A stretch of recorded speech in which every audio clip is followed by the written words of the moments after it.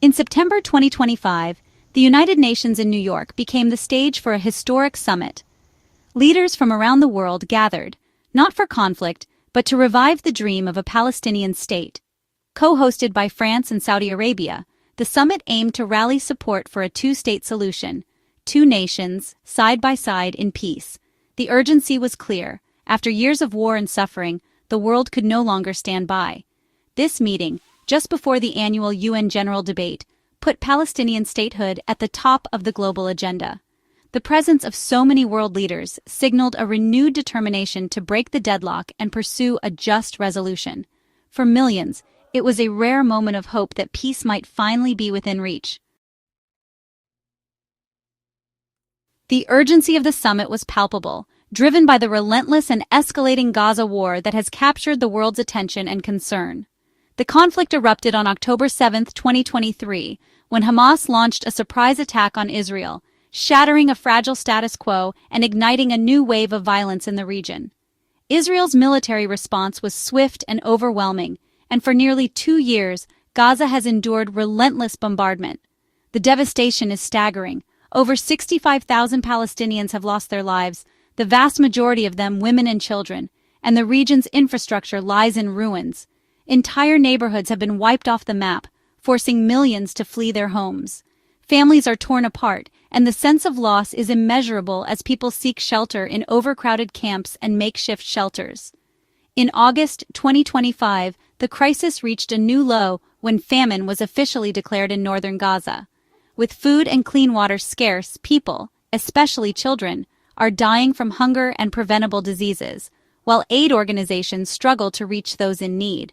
The war's impact is not confined to Gaza. In Israel, civilians live under constant threat, seeking refuge in bomb shelters as air raid sirens wail. The fear and anxiety have become a daily reality for countless families. For Palestinians, the pain is relentless: daily loss, displacement, and the struggle to survive amid destruction. Generations are growing up knowing only conflict and instability. The hope for peace feels more distant than ever, yet the sheer scale of suffering has galvanized people around the world. Protests, vigils, and urgent diplomatic meetings have become common, as the international community searches for answers.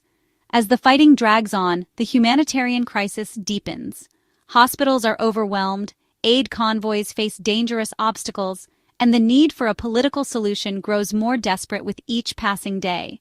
The summit was convened as a direct response to this unending cycle of violence, a collective declaration by world leaders that the suffering must end and that the world cannot stand by any longer. With the conflict threatening to spiral even further out of control, the world's leaders demanded a new path forward, one that prioritizes peace, justice, and the urgent needs of those caught in the crossfire. The UN summit was a powerful show of global unity. Dozens of leaders and diplomats gathered to support the creation of a Palestinian state, making it clear this was no ordinary meeting. France and Saudi Arabia's partnership underscored a broad international consensus. Yet, the United States and Israel boycotted the summit, highlighting a deep divide. The U.S. insists on direct negotiations, while Israel's government flatly rejects a Palestinian state. Israel's ambassador called the summit a circus, underscoring the challenge ahead. Still, the overwhelming attendance showed the world's resolve to move forward, even without two key players. The summit marked a turning point, isolating Israel's position and putting new pressure on the U.S. The summit's most dramatic moment came when French President Emmanuel Macron announced France would officially recognize the state of Palestine. Macron called it a necessary step to keep the two-state solution alive and outlined conditions: Palestinian reforms, a ceasefire, and the release of hostages. France's move was part of a coordinated wave. Belgium, Luxembourg, Andorra, San Marino, Malta, and major Commonwealth nations like the UK, Canada, and Australia joined in. With these recognitions, about 3/4 of UN member states now acknowledge Palestine.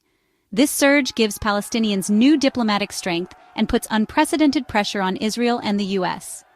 The message was unmistakable. The world's patience has run out. Recognition is no longer symbolic. It's a strategic push for real change. The diplomatic landscape has shifted, and the world expects action. The summit was built on the foundation of the New York Declaration, a document painstakingly drafted through months of negotiation by France and Saudi Arabia. This declaration was not just another diplomatic gesture. It represented a rare moment of consensus among key international players, all determined to break the cycle of violence and stagnation in the region. When it was finally presented, the declaration was adopted by the UN General Assembly with overwhelming support, signaling a global appetite for a new approach to the Israeli-Palestinian conflict. The declaration is more than just words on paper, it's a concrete roadmap. It calls for irreversible, time-bound steps toward the creation of a Palestinian state, setting clear benchmarks and deadlines to ensure accountability. For decades, the world has heard empty promises and vague commitments. This time, the declaration insists on real, measurable progress. The document takes a firm stance against violence. It strongly condemns Hamas for its actions, demands their immediate disarmament, and calls for the unconditional release of all hostages. This clear language was crucial in addressing the security concerns of many nations. Striking this balance, addressing both Palestinian aspirations and Israeli security, was key to winning broad Western support, including from countries that have historically been cautious about such initiatives. The declaration also urges Hamas to cede control of Gaza to the Palestinian Authority, paving the way for a unified Palestinian government that can negotiate and implement peace. To support this transition, it proposes a temporary UN stabilization mission in Gaza. The mission's mandate is to protect civilians, facilitate humanitarian aid, and help rebuild critical infrastructure destroyed by years of conflict. For the first time in years, the world is ready to be directly involved, not just as observers, but as active partners, to ensure that peace has a real chance to take root and flourish. Despite this momentum, only 10 countries, including the United States and Israel, voted against the plan, highlighting the deep divisions that still exist, but also the overwhelming international consensus for change. The declaration's adoption marks a new, unified approach to ending the conflict, one that brings together diverse nations, perspectives, and interests in pursuit of a common goal. It's a blueprint for action, not just words, a detailed plan that offers hope for a future where peace and coexistence are finally within reach. At the summit, world leaders delivered urgent calls for peace, their voices echoing through the grand halls of the United Nations. The atmosphere was charged with a sense of responsibility, as leaders from every continent gathered to address one of the most pressing crises of our time. French President Emmanuel Macron took the stage, urging immediate action to save the two-state solution.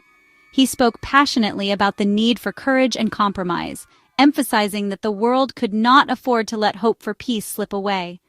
Macron's words reflected the summit's spirit of determination and the urgency felt by many in the room. UN Secretary-General Antonio Guterres delivered a stark warning, declaring that the two-state solution was on the brink of vanishing. He called this a moment of truth for the international community, urging leaders to act before it was too late. Guterres reminded delegates that history would judge their choices and that the world was watching. Turkish President Recep Tayyip Erdogan and Canada's Prime Minister Mark Carney joined the chorus, each calling on nations to recognize Palestine and end the decades-long occupation. Their appeals were clear. The time for half measures had passed, and only bold steps could bring lasting peace to the region. Even countries traditionally close to Israel signaled a shift in their positions, highlighting a global change in thinking. The diplomatic landscape was evolving, with more nations acknowledging the need for a just and lasting solution that respected the rights of all people involved. Leaders spoke movingly of the human cost: children growing up amid violence, families torn apart by conflict, and entire communities living in fear. They stressed that behind every political debate were real lives at stake, and that the world could not turn away from their suffering. Their unified message was unmistakable. The world demands an end to violence, and a new chapter based on dignity, justice, and international law. The leaders called for renewed dialogue, mutual respect, and a commitment to human rights for all. The summit's voices formed a powerful chorus for peace, one that could not be ignored and that now challenges the world to turn words into meaningful action. Despite global momentum, Israel's government remains firmly opposed to a Palestinian state. Prime Minister Netanyahu's coalition sees international recognition as rewarding violence and a threat to Israel's security. Israel is considering annexing parts of the West Bank, a move condemned by most of the world. The United States, Israel's closest ally, also opposes unilateral recognition and boycotted the summit. The U.S. insists that only direct negotiations can lead to peace, rejecting international pressure. This stance leaves the U.S. increasingly isolated, even among its traditional allies. The split presents a major obstacle, as the U.S. holds veto power at the UN Security Council. The world's plan faces its toughest test, overcoming the resistance of two powerful nations.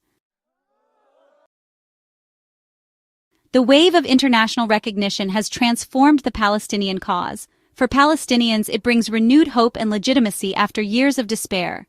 It empowers moderate leaders and signals that their struggle is not forgotten. For Israel, the diplomatic isolation is growing. Major allies now support Palestinian statehood. This pressure could shift public opinion and force a rethink of current policies. The new approach, led by the UN and a broad coalition, aims to break the deadlock of failed negotiations. The stakes are global. Instability in the region threatens wider conflict. The world's stand for a two-state solution is an urgent effort to prevent catastrophe and build lasting peace. As the summit ends, the world faces a daunting question: what comes next?